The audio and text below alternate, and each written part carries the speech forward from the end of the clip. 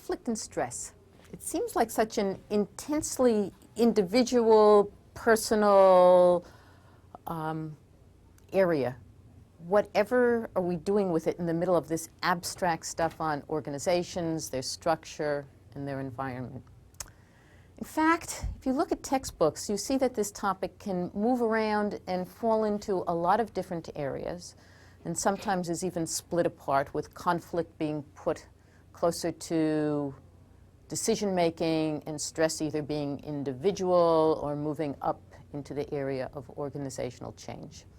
Or it's put together in the area of groups. So this is somewhat of a different topic, has the appearance of not fitting, but my choice to place it with organizational topics is to frame it within the context of the organization. In other words, how are things that are happening in the organization and on the job encouraging, fomenting conflict between individuals and between groups in the organization? Stress as a reaction to conflict, and all of this as a springboard to change in the organization, which is where we're going to be going in the next couple of lecture sessions. So conflict as something that clearly relates to the organization, but something that we feel strongly as an individual.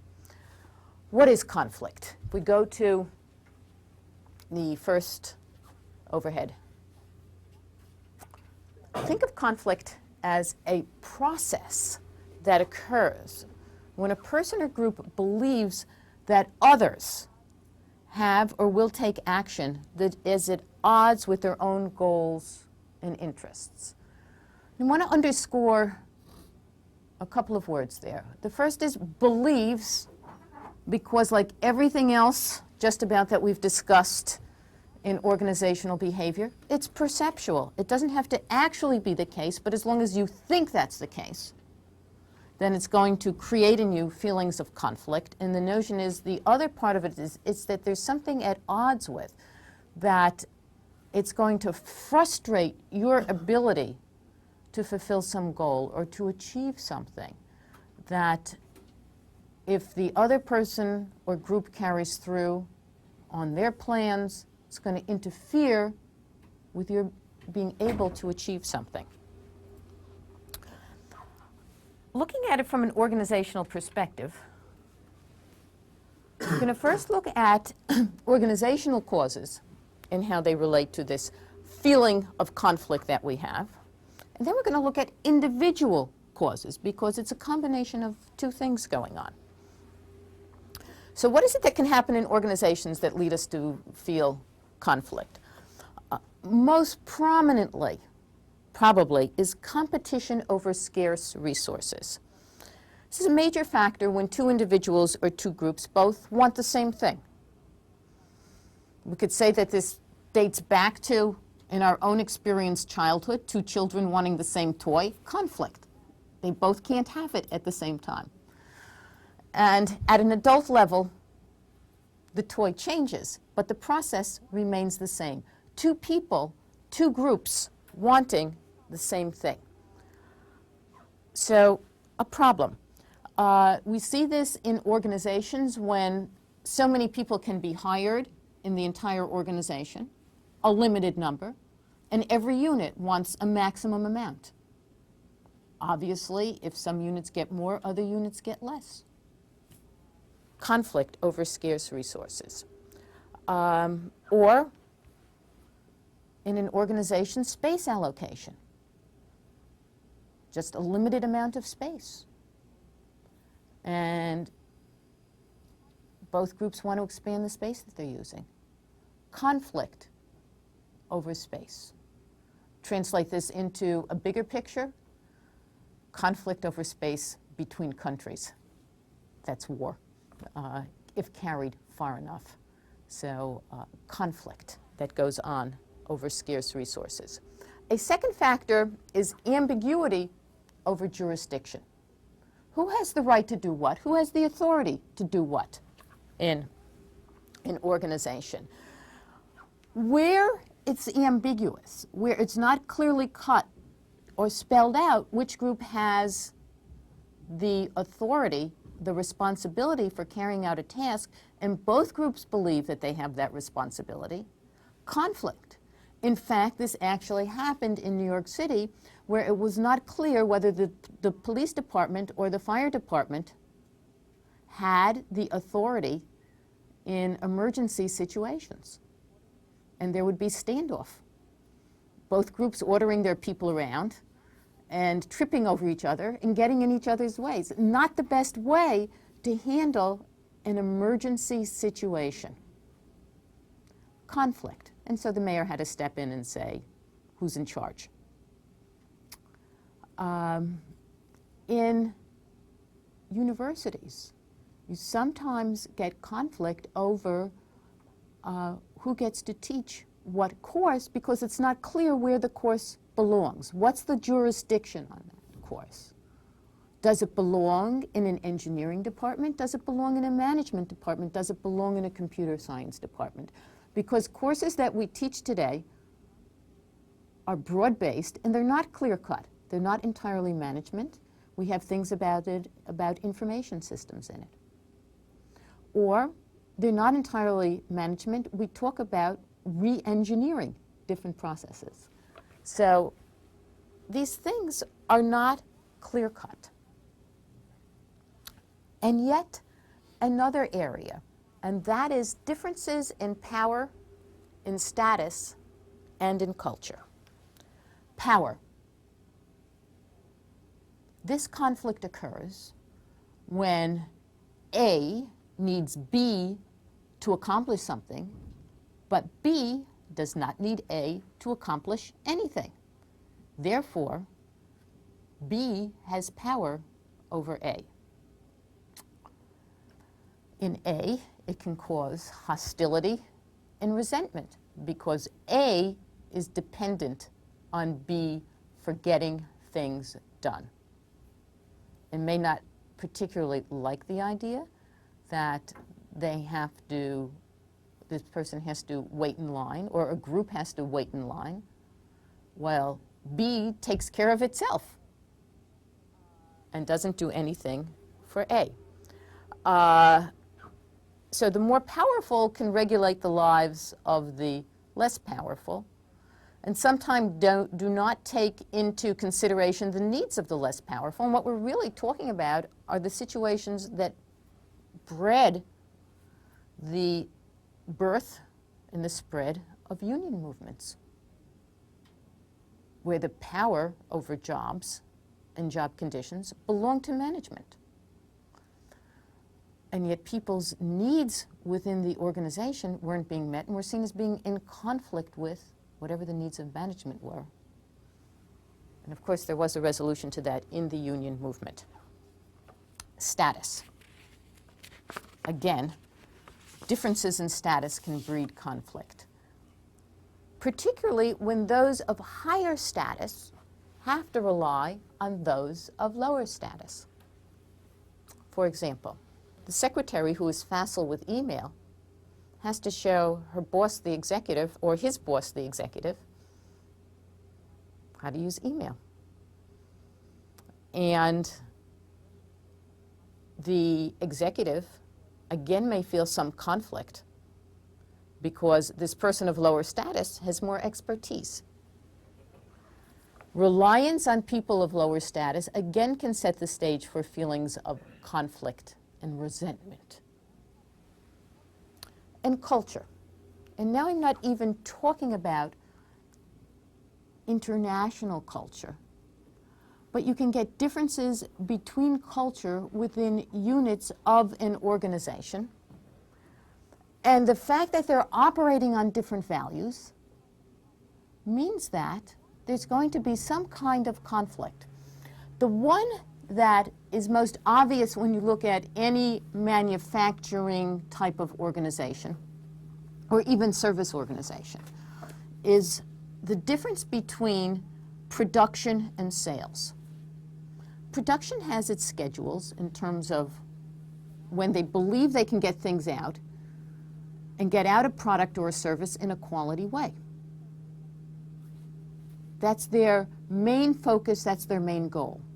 Sales has another goal in mind. Sales has in mind the goal of selling the product or service, and may be ahead of engineering. In other words, promising things to people that production and engineering just aren't going to be prepared to deliver. But in order to line those customers up and make sure they don't go over to the competition, sales may begin to start promising those kinds of things.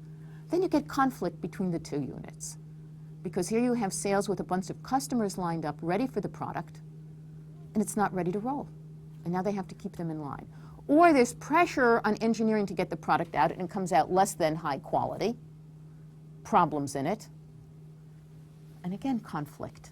And we're talking about really two different values and two different cultures operating in it. It also happens when there are mergers between two organizations and the organizational cultures conflict with each other. They don't mesh well with each other. And for years there can persist doing things the way organization A does it as opposed to organization B.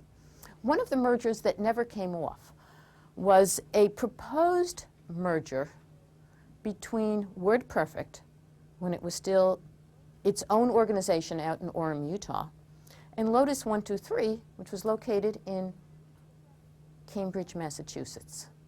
Now, the geographic difference alone should tell you something about the differences in cultures.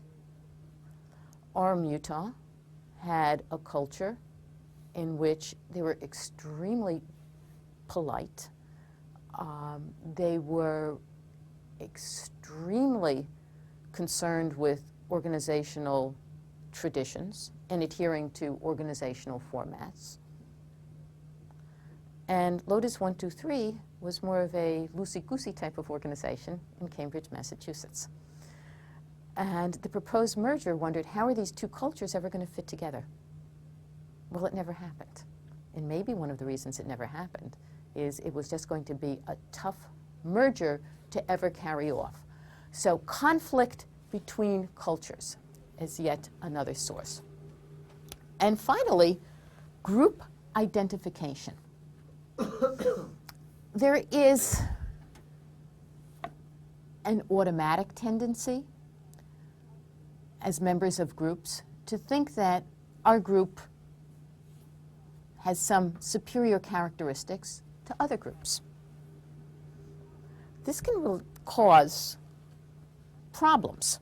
It causes problems because the understandable preference for one's own group leads to self-serving biases, leads to seeing things a different way in terms of dealing with other groups.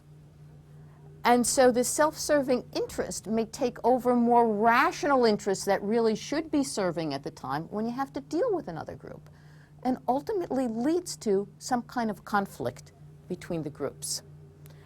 To the extent that any issue between two groups is framed as an erosion of power, if I get into this project with you, I'm going to lose control of certain things, you're going to gain control, win-lose, and we'll talk about win-lose orientation subsequently, then you can be sure it's going to be a situation that will be fraught with conflict. People don't like to cede authority. People don't like to cede responsibility. People don't like to cede power to other groups. Small example of this, it's just been in the news recently.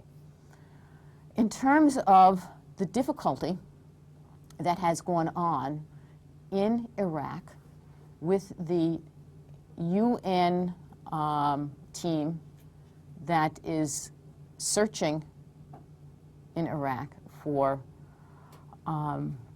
unlawful weapons and unlawful production of germ warfare and chemical warfare.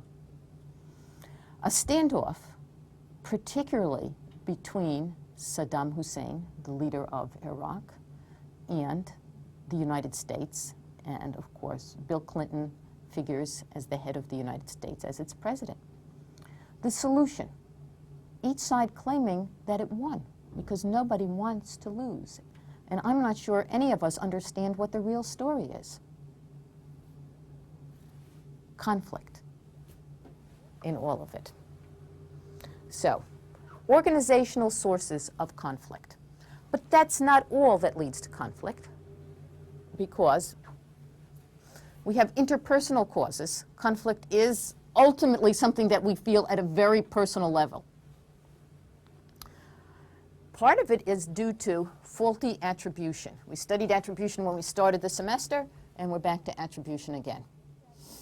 To the extent that we think that another person's behavior is purposely aimed at doing something hostile to us, or malicious to us, or hurtful to us, or is intended to slight us or demean us in any way, then we'll feel as if we are in conflict with that person. That may not be the cause at all.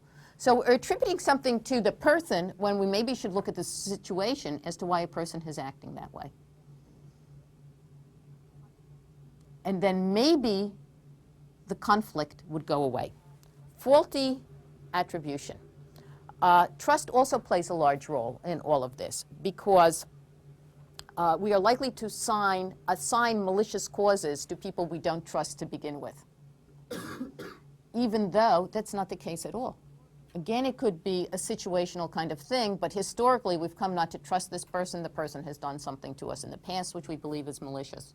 Now we have a new situation. We automatically jump to that malicious intent attribution, as opposed to thoroughly trying to understand what's going on in the situation, and we jump to a conflict stage when we probably really need not do that. But once you jump to conflict stage, you may set conflict in motion that never really had to occur in the first place if we really understood what was going on in the situation. Along with that, faulty communication, closely related. And so we get messages from people which are ambiguous, particularly from people we don't trust. And again, we interpret these messages in a negative way.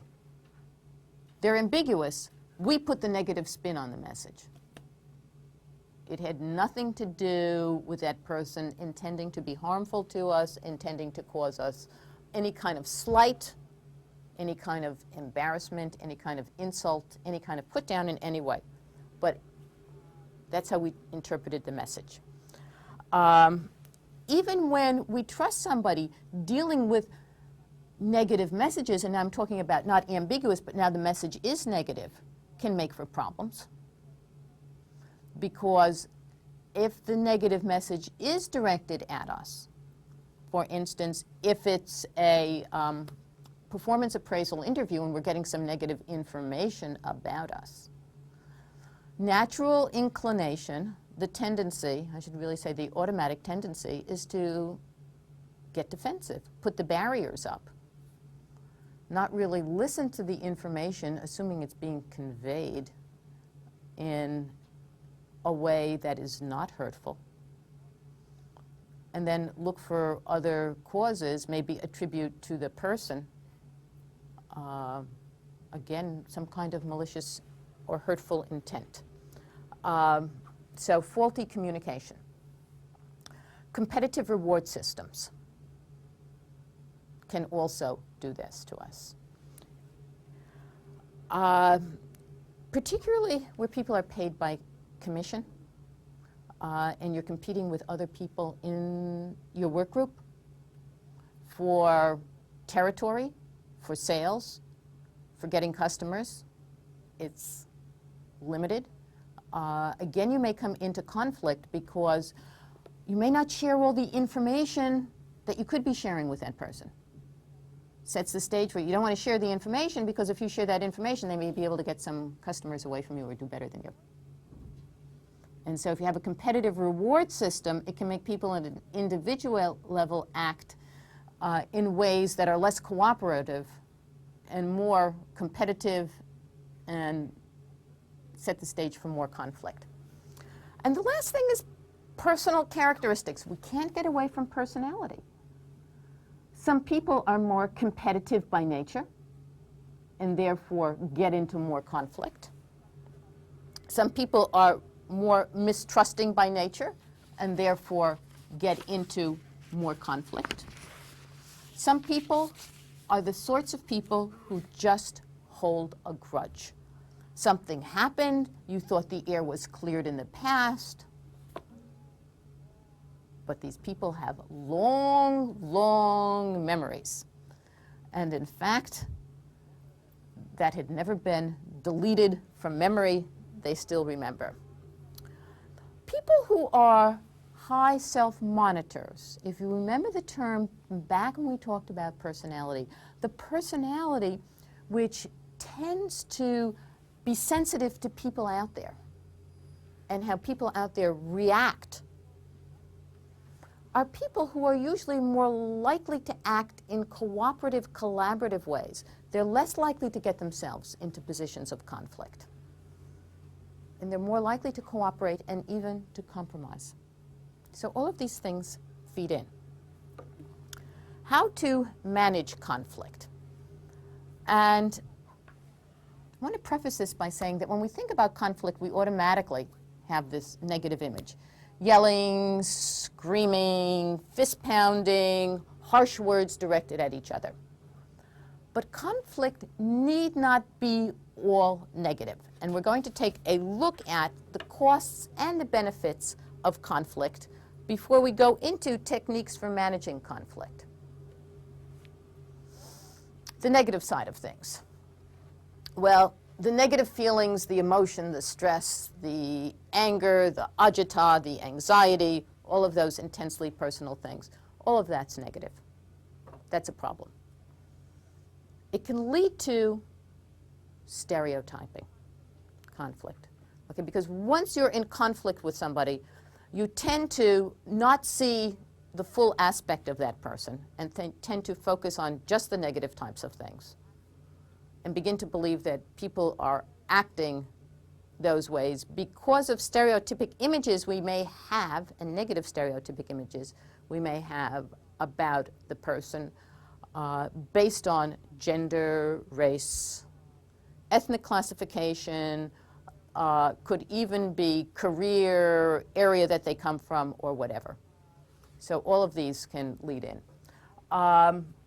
Faulty decision making, a real problem with conflict, and something that I want to underscore for you. Because when you're in a state of conflict, you have the concomitant negative feelings that go along with it. And that's particularly the point in time when you're not going to do the good kinds of information search that you should be doing to come up with a good decision. You're not going to be trusting of people who are not part of your immediate group, and you're more likely then to engage in groupthink processes and not get different perspectives from the outside. So one of the real problems with conflict is trying to come up with good decisions as you're feeling all of those negative emotions. But it need not be all bad. There are benefits to conflict as well. One of the best benefits, or the major benefits of conflict, has to do with the airing and the discussion of problems that had previously been avoided, that had been swept under the carpet, kept under the table, had been suppressed. And one of the ways of handling conflict, of getting away from it, is avoidance, denial. It doesn't exist. We won't talk about this problem. The problem doesn't go away. The problem is still there. And so now you can get the problem out on the table and begin, hopefully, to deal with it in a rational way and not begin to deal with it in terms of fantasy thinking. You know, if you deal with it at a fantasy level, you never expose it to the light of day. You may think the worst, and the problem may not be, or the conflict may not be nearly as bad as you imagine it to be. So real discussion of problems is perhaps the major benefit of conflict. It can then be the basis for change in an organization. Things aren't working right. We've got the problem out on the table. How do we begin to tackle it How is the organization, the way it's structured, contributing to it? How can we begin to change things? So yet another benefit that can come from conflict. And it can serve as a basis for increasing motivation and loyalty. It's the notion, something like competition. That competitive edge, the edge that may come from conflict, begins to bring people together within an organization and begins to make them focus on the tasks that need to be done and get carried out in the organization. And in the process, they may feel a greater sense of loyalty. So all of these as possible costs and benefits to the organization. All right, given all of that, how is conflict managed? 3 major ways for managing conflict.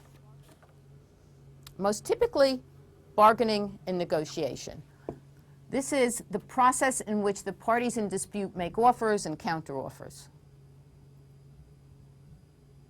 I'll pay you $2 million a year. No, I really want $7 million a year. All right, I'll pay you $3 million a year. No, I could settle for $6 million a year. And somewhere they will compromise, usually at the golden mean. Offers and counteroffers.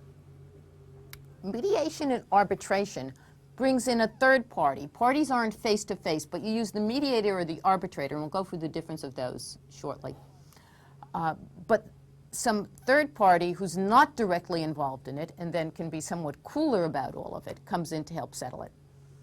Or finally, the setting of superordinate goals, goals that somehow are an umbrella over both sides and handle all of the various aspects that were desired on both sides and yet is bigger than where either side started out. Okay, bargaining and negotiations. First of all, something about the tactics that are typically used in bargaining. Some of the specific things. Threats. I'll strike, I'll lock out in bargaining. Promises. If you come back to work, we won't dock you for time lost. Or future rewards, or verbal persuasion, somehow making promises to persuade the opponent, or gradual steps in concessions. You start with areas, and this is really quite typical these days in bargaining and negotiations, you start with areas where you can agree on certain things. And you use that as the basis for getting a positive orientation to the more difficult problems that are out there. This is the approach that has been used in the Middle East between Israel and the Palestinians.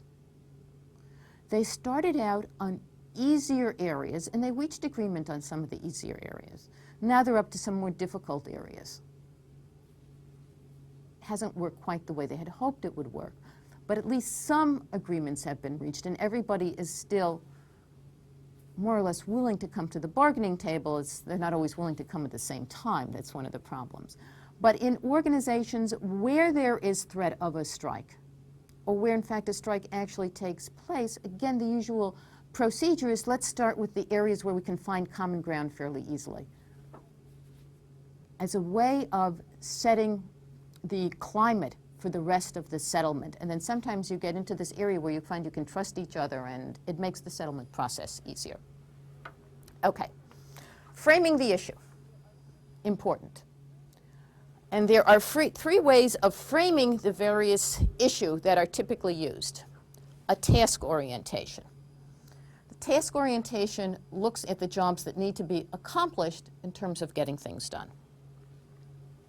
An emotional orientation, in which you look at the reactions that people have and are feeling about various certain things that are going on. And finally, a cooperative orientation. So you can frame the issue in terms of tasks, in terms of emotions, or in terms of cooperation. And clearly the two strategies or the two orientations as you start to frame issues that lead to better outcomes, faster outcomes, are task and cooperation. If you start to frame things in terms of emotional language, it gets much harder to reach agreement between parties.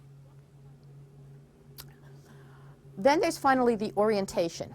Do you phrase things in terms of a win-lose strategy, what we sometimes call a zero-sum game? If I achieve what I want, you're obviously going to lose. Or if you achieve what you want, I'm going to lose in the issue. That makes it very hard to reach a settlement because of everything we talked about before in conflict. People don't want to cede power, authority, or whatever. People will wind up ceding some power and authority, but if the issues are framed that way, then you're going to cause people to lose face in situations, to feel demeaned, and they're not going to want to do that. So the need to frame things, and the way to frame them, if you can, is in terms of the win-win situation. That's where third-party mediators are often helpful, are able to come in and help set the stage for some type of settlement. Both sides stand to gain in terms of the win-win situation. Now, it's sometimes hard to get people into that kind of situation because people will often be willing to tolerate a loss if somebody else loses more, rather than both sides winning. And they've looked at this in various types of games that people play and found that they get into this losing mentality, and I don't mind losing as long as the other party loses more, as opposed to, yeah, we both could win something if we cooperate. Getting people to that cooperative stage is not easy. Aspects of mediation. Okay, mediation is a little bit different. We have this, okay, good. Aspects of mediation. Mediation and arbitration are slightly different from each other. In both, there is third-party intervention. And in mediation, the mediator makes suggestions as to how to settle it, but does not have the authority to impose a solution on both parties. Arbitration, it's different. In arbitration, again, there is a third party in there, but the arbitrator has the authority, both sides give the authority to the arbitrator to impose a solution on the two groups. In this case, we really talk about binding arbitration, and in some cases, it's written into contracts. There is binding arbitration between the two groups. There is also something called final offer arbitration. For those of you who are involved in sports, you know that sometimes arbitration comes into play in baseball in terms of settling salary disputes. And that uses final offer arbitration. In a final offer arbitration, both sides come in with the respective number. And the arbitrator gets to choose one side or the other. What's interesting about final offer arbitration is that since only one side is selected, the person cannot cut through the middle. It puts a kind of responsibility on each of the parties in the dispute not to present an offer that is too unreasonable, because if it's too unreasonable, it'll be rejected. So it sets a framework for trying to get people to act in more reasonable kinds of ways. Okay, aspects of mediation. Enlarging the pie. In this tactic, both sides get what they want because new resources, somehow new money is found out there to handle it. So somehow the workers get their increases and management somehow has found new money to fund the increases. And they're not going to be put in some kind of financial jeopardy by giving the increases. Log rolling. Log rolling means that each side makes concessions on low priority issues. And then we'll gain something on the higher priority issues. Okay, log rolling as a tactic. Cost cutting, frequently used, I've heard of it being frequently used, in municipal negotiations. And that is that one side gets its increases, gets what it wants, and the other side is able to manage this because somehow cost cutting is going to come into play. And you typically hear about this taking place when you hear about productivity improvements. Yes, there will be an increase for the workers, but there will also be productivity improvements which will take care of paying for all of the increases. So what are these productivity improvements that they typically are talking about? Well, it may mean that fewer workers take care of doing the job. Well, that would certainly increase productivity.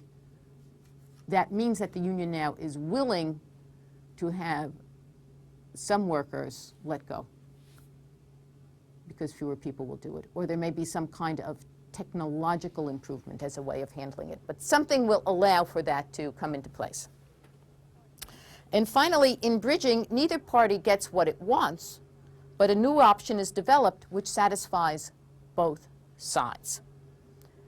Okay, so in arbitration, the third party has the power to impose the solution. Okay, and I mentioned before the last strategy, superordinate goals, where new goals are created that overarch both sides. For instance, in communities, busing frequently becomes an issue and is the basis for conflict.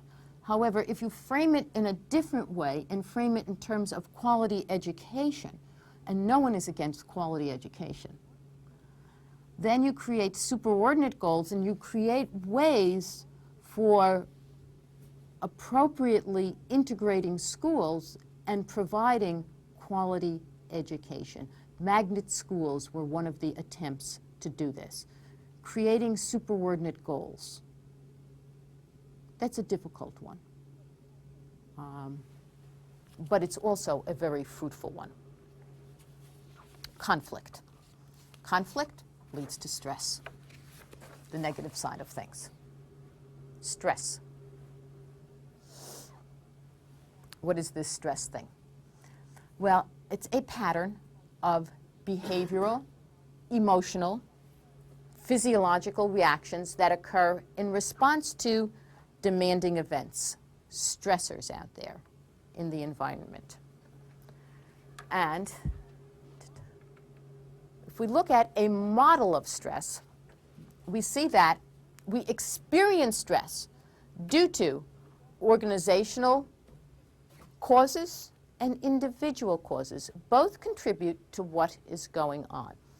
If we pause for just a minute and consider what's happening to all of us as we approach the end of the semester, if we come off that for a minute, we can probably delineate things that are organizational in terms of causing stress and things that are individual. Organizational. Everybody gives you the same due date. If you could somehow have some discretion as to when those things are due, right? Would help if you didn't have everything due at the same time.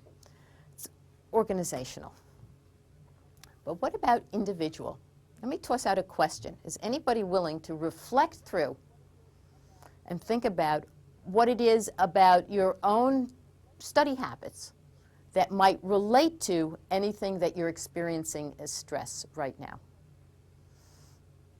Anybody willing to be reflective and offer up something? Well, let me ask another question.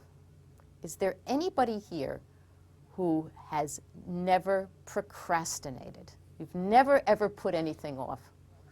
Oh, then I see everybody in the class has a quality that helps contribute to it, okay? The individual quality of procrastination.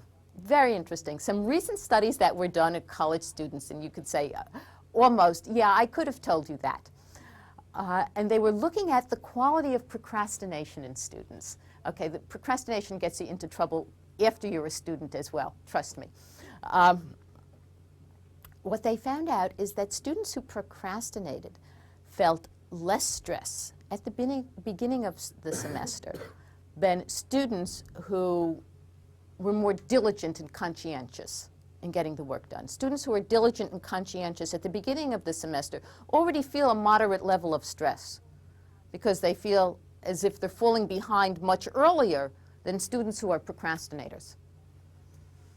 Comes the end of the semester, I will tell you that situation reverses remarkably because the students who are diligent and conscientious are now feeling as if they're more in control of things, and while they're feeling some stress, it nowhere near matches the level of stress as those people who said, oh yeah, I'm a procrastinator, big way. Okay, so an individual quality that many of us have that feeds into feeling stress. The two factors, if we go back to the overhead, okay, merge and contribute to experienced, and I need to stress, no pun intended, experienced stress. Because much of this is perceptual. And so what one person may perceive as threatening and stressful, somebody else could perceive as challenging and not feel it. So this is quite personal thing. And all of these contribute to physical symptoms that we feel, physiological, psychological, and ultimately relating in behavioral symptoms. Okay, the organizational side of things. Demanding jobs. And some jobs are obviously much more demanding than other jobs. The awesome responsibility when somebody's life depends on you. That has to be stressful. And if you take any of the occupations in which people's lives depend on you, those people have to feel stress. People who work in any of the medical-related professions have to feel stressful. If I make a mistake, so what? I get a little embarrassed. I convey some erroneous information. The consequences are not catastrophic. But suppose I were a nurse and I made a mistake and I administered the wrong medication to somebody. That's a problem. And that's why jobs like that are so much more stressful. Or suppose you're working in an air traffic control tower. It's your responsibility to get those planes up and down and get them in the right positions. You let them get too close to each other. Catastrophe. Stressful. So positions in which people's lives are dependent on you have to be more stressful. Positions where there are frequent deadlines, and we're talking about deadlines that we know are episodic in the end of each semester and the stress level goes up. But what if you work for a newspaper and you are on deadline every day? That has to be more stressful if you think about that sort of thing. Okay? And then people who have to work in horrendously dangerous conditions. A coal miner, firefighters, policemen.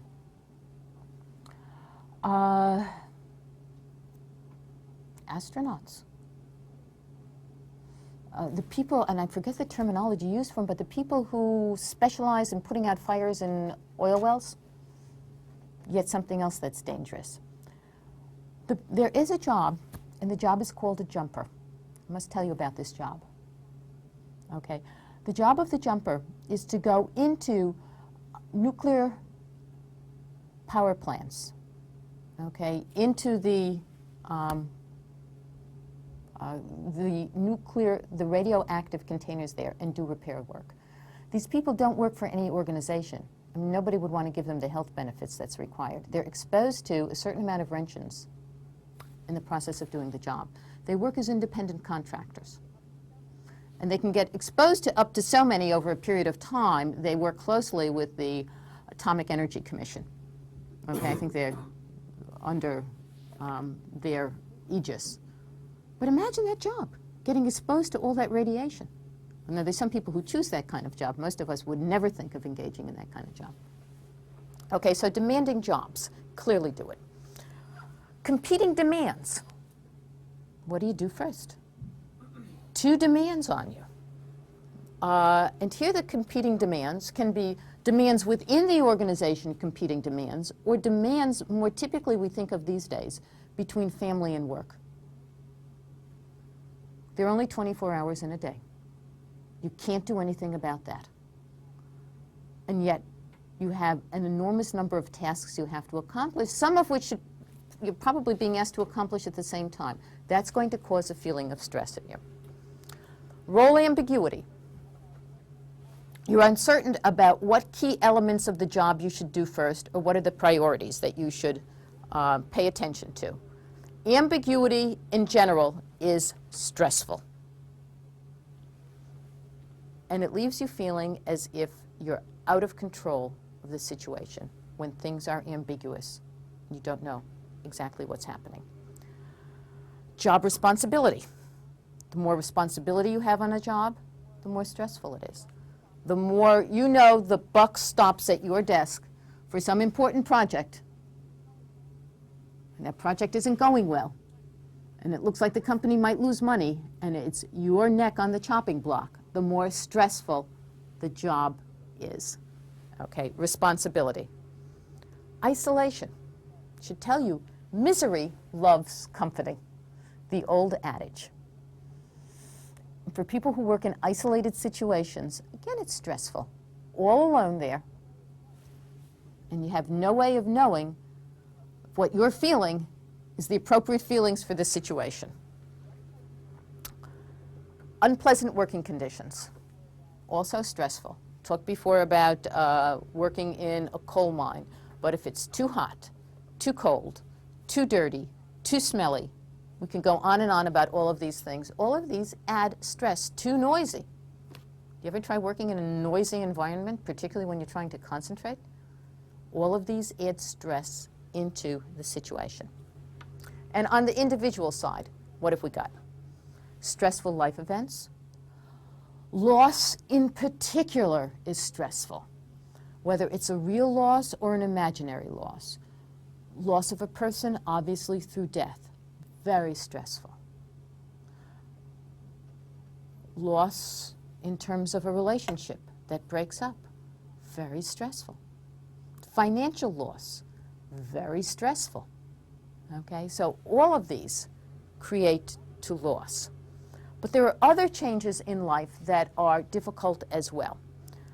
Illness, moving, getting married, getting divorced, having children. Having children go to college. Okay, all kinds of changes in life, and some of them are positive, still create stress in life. And to the extent that some of these tend to bunch up at one time in your life, even more stressful. So stressful life events. And then there's daily stress, the hassle of doing things over the course of a day. And if I ask you to think about things, you can probably start enumerating from the time you get up of things that didn't go right today. That created levels of stress. The traffic that you endured coming here as a possibility. Disk failure, something that could create stress. Everything you had was on the disk, and you got in and you popped it and you were ready to use it, and all of a sudden it didn't work. Computer failure. The people you depend on not coming through. Stores that give you hassles about different things. All of these are the things that we go through, and it's part of living, but it's also stressful. And then, finally, personality and perception. All of these are things that lead to possibly increased stress. In terms of personality, some people are just hardier than other people. Some people seem to be more fragile, and they can't take any stress level. They seem to fall to pieces. Other people seem to know how to put things in perspective and can tolerate more difficulties in life. Some people are more patient than others. If you're more patient, you're going to be able to deal with stress a lot easier than if you are impatient, because if you're impatient, you're going to get into a lot of situations in which you simply can't control what's going on, and you will still feel stressful. You want something to happen, and you want something to happen now. But shooting up your blood pressure and shooting up that level of stress isn't going to make that thing happen now. Okay, what am I talking about? You call up and you want to deal with some sales representative and you're put in the queue. I'm sorry, all of our customer representatives are busy right now, but your call is very important to us. Please stay on the line and it will be answered by the next available representative. Music. The message again. More music. The message again. And you feel your blood pressure going up. No matter how high your blood pressure goes up, that customer representative isn't going to come on the line any faster. Take a cup of tea, take the newspaper, sit down. Okay? It's not going to help anything. It's just not in our control. And yet, we do feel that increase in stress level. So that's one of the other things. That tendency to sometimes see a situation as threatening and sometimes to see it as an opportunity. Perception of the situation. What are the effects of these on the individual? There are clearly physiological symptoms related to stress. Productivity loss. This is somewhat hard to document, but clearly we can see how it can happen. Low levels of stress may be somewhat helpful. If you're too relaxed, you're never going to get out of bed in the morning. Okay, you need some level of stress to keep the system going. But it's when it starts to accelerate. And clearly, that can happen as well. Okay, let's go back. Let's take a look at physiological symptoms. Headaches. You've all been in that situation where you have so much to do and all of a sudden the throbbing headache sets in. And you walk around with your bottle of aspirin or ibuprofen, Advil, Motrin, whatever it is you're taking. High blood pressure clearly results from all of this. And if you sustain stress for too long, you can begin to get cardiovascular types of diseases. You can also begin to experience from stress certain psychosomatic illnesses, illnesses that have their origin in conflict and stress, but are clearly physical in nature. Some people break out in rashes. Some people get asthmatic. All of these things can be stress related. If things get too bad, we talk about burnout. Now let's move to some of the psychological symptoms for what are happening. Burnout. This is from prolonged exposure to stress, and it's marked by feelings of anxiety, feelings of depression, and along with that, feelings of helplessness.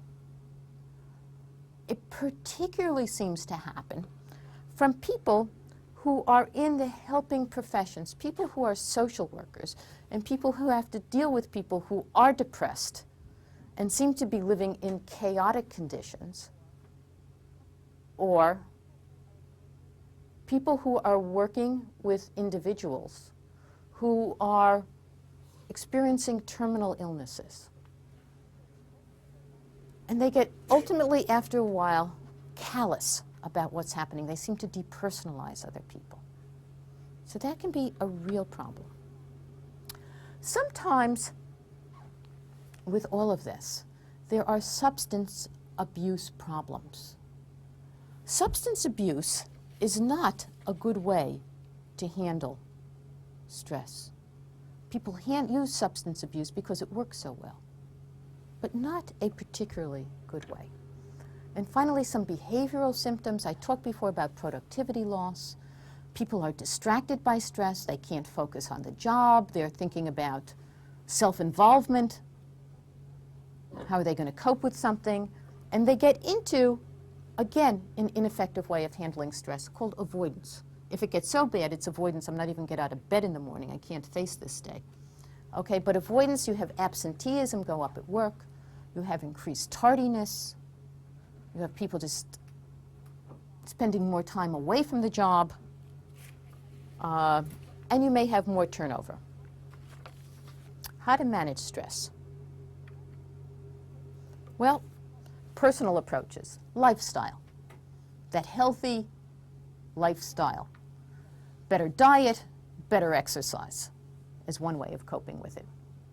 Some physiological approaches, relaxation techniques, biofeedback, just some techniques to help get you relaxed, and once you start to feel relaxed, that transfers to other situations. Some cognitive approaches, think it away. Reframe the situation, look at it differently. The slogan that typically used is, don't sweat the small stuff, and it's all small stuff.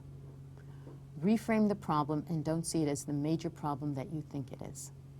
And it helps you begin to get control of the situation. Some organizational approaches. Maybe you can redesign the job. Air traffic controllers have better computerized monitoring there so that signals go off and there's something that's going to alert them to emergencies. Maybe an assistant to be hired for a very busy administrator is a way of helping the person cope with the job. Social support, very important, particularly in stressful type of jobs. If you have other people who've been there and done that and can give you some perspective on things, that helps. A supportive social network helps in all instances. A little TLC can help you get through some stressful situations. Family-friendly policies in the workplace, particularly putting in child care centers and giving workers flex time to deal with that work-family conflict. And finally, wellness and EAP programs, employee assistance programs, counseling in the workplace to help people deal with things. And finally, giving them memberships in health clubs and screenings and things of that sort to help. So where have we been? We've looked at two sides of conflict, the harmful and the beneficial. We've explored organizational causes of stress and how to manage conflict and how to manage stress. Where are we going with all of this?